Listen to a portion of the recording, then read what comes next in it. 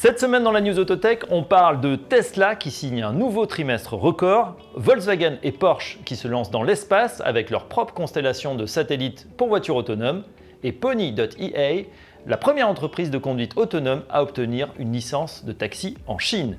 Du côté des membres, on salue The Plug et ChargeGuru qui ont su séduire Mazda. La News Autotech, c'est parti!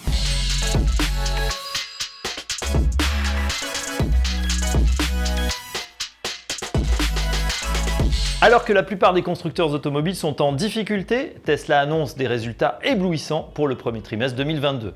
Record battu sur les revenus, marge brute sur les véhicules à 32,9%, un record, nombre de véhicules livrés en un trimestre et des bénéfices également spectaculaires.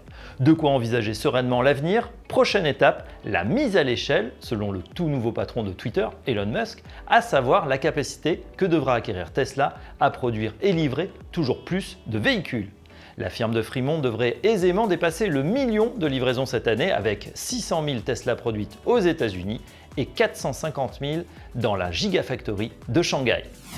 Porsche et par extension le groupe Volkswagen envisagent de lancer leur propre système de satellites pour leurs futures voitures autonomes. Objectif de ce projet pour lequel le groupe a mis sur la table 2 milliards d'euros, mettre en place une constellation de satellites en orbite basse pour accélérer le développement des véhicules autonomes. En effet, le système actuel de positionnement par satellite, le GPS américain, offre une précision de l'ordre d'une dizaine de mètres, ce qui est insuffisant pour des véhicules autonomes. Pour l'Europe, l'enjeu est immense, c'est une question de souveraineté alors que le vieux continent compte aujourd'hui un tiers des voitures en circulation dans le monde, environ 400 millions contre 350 millions pour les États-Unis et 530 millions pour l'Asie. Pony.ai, la start-up chinoise soutenue par Toyota, est devenue la première entreprise de conduite autonome à obtenir une licence de taxi en Chine. 100 véhicules autonomes de Pony vont donc circuler dans Nansha, un quartier de la ville de Guangzhou. Ces taxis autonomes seront opérationnels à partir du 1er mai de 8h30 à 22h30 avec les mêmes tarifs que les taxis traditionnels opérant dans la ville.